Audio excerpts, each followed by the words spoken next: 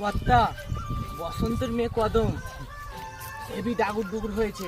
ঠিক আছে, তাই নাকি? চলো আগে দেখে আসি কদমকে।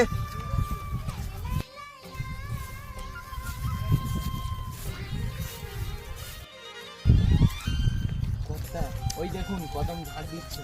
হ্যাঁ, দেখতে তো পাচ্ছি। হ্যাঁ, কদম কর্তাও মাদারা তো আপনার ওখানেই গেল।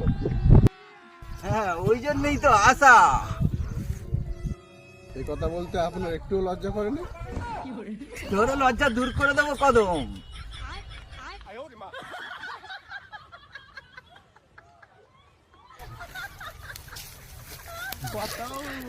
ঠিক আছে, खत्म। Bye bye, tata, good bye.